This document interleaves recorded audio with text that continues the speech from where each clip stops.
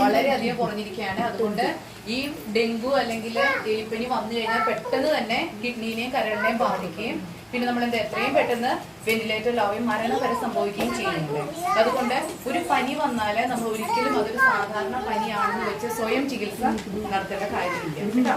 നമ്മൾ അപ്പോൾ തന്നെ ഉടനെ തന്നെ ഒരു ദിവസം നമുക്ക് പാരസെറ്റമോൾ കഴിക്കാം. രണ്ടാമത്തെ ദിവസം നമുക്ക് അങ്ങനെ പനി കാണിക്കുകയാണെന്നുണ്ടെങ്കിൽ നമ്മൾ എത്രയും വേഗം വൈദ്യസഹായം തേടണം. ഡോക്ടറിന്റെ അടുത്ത് വരിക, അത്യാവശ്യമായിട്ടുള്ള വൈദ്യ പരിശോധന, അതായത് ബ്ലഡ് ടെസ്റ്റുകൾ ഉണ്ടെങ്കിൽ അത് ചെയ്യുക. അങ്ങനെ നമുക്ക് അതിനകത്തൊക്കെ നോർമൽ ആണെന്നുണ്ടെങ്കിൽ പിന്നെ നമുക്ക് കുഴപ്പമില്ല, വൈറൽ ഫീവർ തന്നെയായിരിക്കും നമ്മളുടെ എന്താ പറയുക പാരസെറ്റമോൾ തന്നെ നമുക്ക് കണ്ടിന്യൂ ചെയ്താൽ മതിയായിരിക്കും. അപ്പോൾ ഇത് പരത്തുന്നത് എന്താണെന്ന് നമുക്കറിയാം, കൊതുകുകളാണ് നമ്മളുടെ ഡെങ്കിപ്പനി പരത്തുന്നത്. കൊതുക് വരാതിരിക്കാൻ എന്ത് ചെയ്യണം എന്നുള്ളത് നമുക്കറിയാം അല്ലെ. കൊതുക് വരാതിരിക്കാൻ എന്ത് ചെയ്യണം എന്നുള്ളത് അറിഞ്ഞൂടെ? ആരും എന്നെ നോക്കണില്ലല്ലോ, ആർക്കും അറിയില്ലേ? കൊതുക് വരാമെങ്കിൽ ചേട്ടന്മാർക്ക് നല്ലപോലെ അറിയാം. കൊതുക് വരാതിരിക്കാനായിട്ട് നമ്മൾ എന്ത് ചെയ്യണം?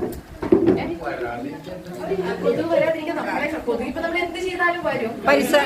പരിസരം വൃത്തിയാക്കുക, വേസ്റ്റുകള്, വെള്ളം, സാധനങ്ങളോ വെള്ളം കെട്ടിക്കിടക്കാനുള്ള ഒരു സാഹചര്യങ്ങളും നമ്മൾ ഉണ്ടാക്കാണ്ടിരിക്കുക. അതിപ്പോ തന്നെ തുടങ്ങാം. മെയ് നല്ല ചൂട് സമയമാണ്.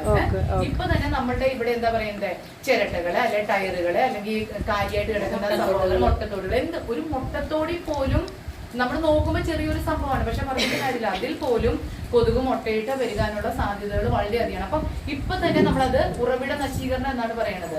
ഇപ്പോഴേ അത് നശിപ്പിച്ച് പോകും. അങ്ങനെയാണെങ്കിൽ മഴക്കാലം ആകുമ്പോഴത്തേക്കും പിന്നെ നമുക്ക് അതിനൊരു സാഹചര്യം ഉണ്ടാവില്ല. അപ്പൊ അത് നേരത്തെ തന്നെ ഇപ്പൊ മുതലേ നമ്മള് നോക്കുക.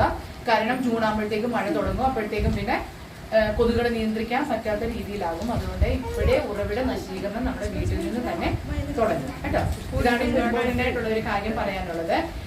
എലിപ്പനി എങ്ങനെയാണെന്ന് വെച്ചാൽ നമ്മുടെ കയ്യിലോ കാലിലോ എന്തെങ്കിലും മുറിവോ കാര്യങ്ങളോ ഉണ്ടെങ്കിൽ നമ്മൾ മലിനമായ ജലത്തില് തൊടുവേ അതിനകത്ത് എലി മൂത്രമൊഴിക്കോ അല്ലെങ്കിൽ എലിയുടെ എന്തെങ്കിലും സ്രവങ്ങളോ വരുമ്പോഴാണ് നമുക്ക് എന്താണ് എലിപ്പനി കാര്യങ്ങൾ ഉണ്ടാകുന്നത്. അപ്പൊ നമ്മൾ അങ്ങനെയുള്ള മലിനജലവുമായിട്ട് നമുക്കിത് വരികയാണെന്നുണ്ടെങ്കിൽ ഗ്ലൗസ് അല്ലെങ്കിൽ അതിൻ്റെതായ കാര്യങ്ങൾ ചെയ്ത് അതുമായിട്ടുള്ള ഇത് ചെയ്യാനായിട്ട് നോക്കുക. ഇനി ഇങ്ങനെ വന്നിട്ട് എന്തെങ്കിലും ഒരു പനി വന്നാൽ അത് സാധാരണ പനിയാണെന്ന് പറഞ്ഞ് നമ്മൾ വെച്ചുകൊണ്ടിരിക്കാണ്ട് സാധാരണ പനി ആയിരിക്കും അല്ലായിരിക്കാം.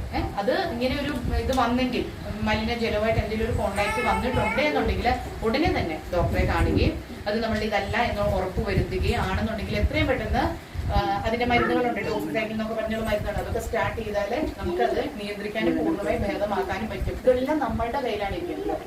മനസ്സിലായില്ലേ? കുഞ്ഞു കുട്ടികൾക്ക് പനി വന്നാല് വേഗം കൊണ്ട് ഡോക്ടറെ കാണിക്കുക. അടുത്ത ഇനിയുള്ള 2-3 മാസങ്ങൾ പനിയുടെ മാസങ്ങളാണ്. അതുകൊണ്ടാണ് ഇത് പറയുന്നത്. അറിയാൻ പാടില്ലാത്തതുകൊണ്ട് ഞങ്ങൾ ചെയ്തില്ല എന്ന് ആരും പറയുന്നത്. നമ്മൾ ഇടയ്ക്ക് ഇങ്ങനെ ബോധവൽക്കരണ ക്ലാസ്സുകൾ വെക്കുന്നത് അതിനു വേണ്ടിയാണ്.